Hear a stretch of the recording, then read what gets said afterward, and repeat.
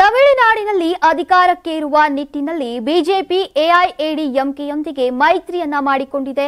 ಇದರ ಮುಂದುವರಿದ ಭಾಗವಾಗಿ ಆಡಳಿತಾರೂಢ ಡಿಎಂಕೆ ಪ್ರಾಬಲ್ಯ ತೆಗ್ಗಿಸಿ ಕೇಸರಿ ಬಾವುಟ ಹಾರಿಸೋಕೆ ಲೆಕ್ಕಾಚಾರದಲ್ಲಿದೆ. ಮಾಜಿ ಐಪಿಎಸ್ ಅಧಿಕಾರಿ ಕೆ ಅಣ್ಣಾಮಲೈ ಅವರನ್ನ ಬಿಜೆಪಿ ಹೈಕಮಾಂಡ್ ರಾಜ್ಯಾಧ್ಯಕ್ಷ ಸ್ಥಾನದಿಂದ ಕೆಳಗಿಳಿಸಿತ್ತು.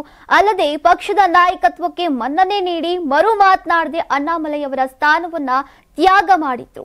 ಇದಾದ ಬಳಿಕ ಅಣ್ಣಾಮಲೈ ಅವರನ್ನ ಬಿಜೆಪಿ ರಾಷ್ಟ್ರೀಯ ಮಂಡಳಿಯ ಸದಸ್ಯರನ್ನಾಗಿ ನೇಮಿಸಿತು.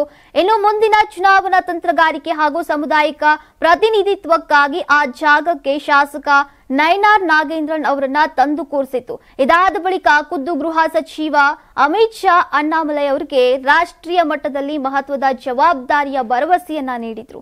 ಕಳೆದ 2024ರ ಲೋಕಸಭಾ ಚುನಾವಣೆಯಲ್ಲಿ ತಮಿಳುನಾಡಿನಲ್ಲಿ ಬಿಜೆಪಿ ಶೂನ್ಯ ಸಾಧನೆ ಮಾಡಿತು. ಆದರೂ ಡಿಎಂಕೆ ಅಥವಾ ಎಐಎಡಿಎಂಕೆ ಜೊತೆ ಯಾವುದೇ ಮೈತ್ರಿ ಮಾಡಿಕೊಳ್ಳದೆ ಹಿಂದಿನ ಸಾರ್ವತ್ರಿಕ ಚುನಾವಣೆಯಲ್ಲಿ ಪಕ್ಷದ ಮತ ಗಳಿಕೆಯ ಪ್ರಮಾಣವನ್ನು 3ರಿಂದ 11ಕ್ಕೆ ಏರಿಸಿದ ಕೀರ್ತಿ ಅಣ್ಣಾಮಲೈ ಅವರಿಗೆ ಸಲ್ಲತ್ತೆ.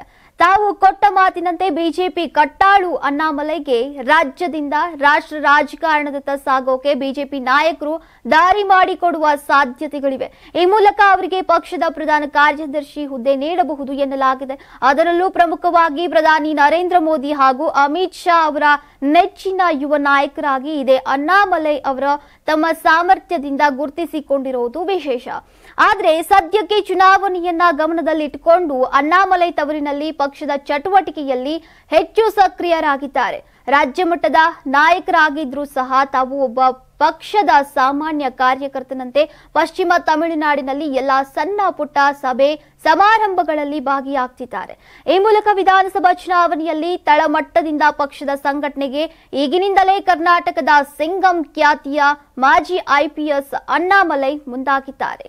ವೀಕ್ಷಕರೇ, ಅಣ್ಣಾಮಲೈ ಅವರು ತಮಿಳುನಾಡಿನಲ್ಲಿ ಬಿಜೆಪಿಗರನ್ನ ಗೆಲ್ಲಿಸ್ತಾರಾ? ಕಾಮೆಂಟ್ ಮಾಡಿ ತಿಳಿಸಿ.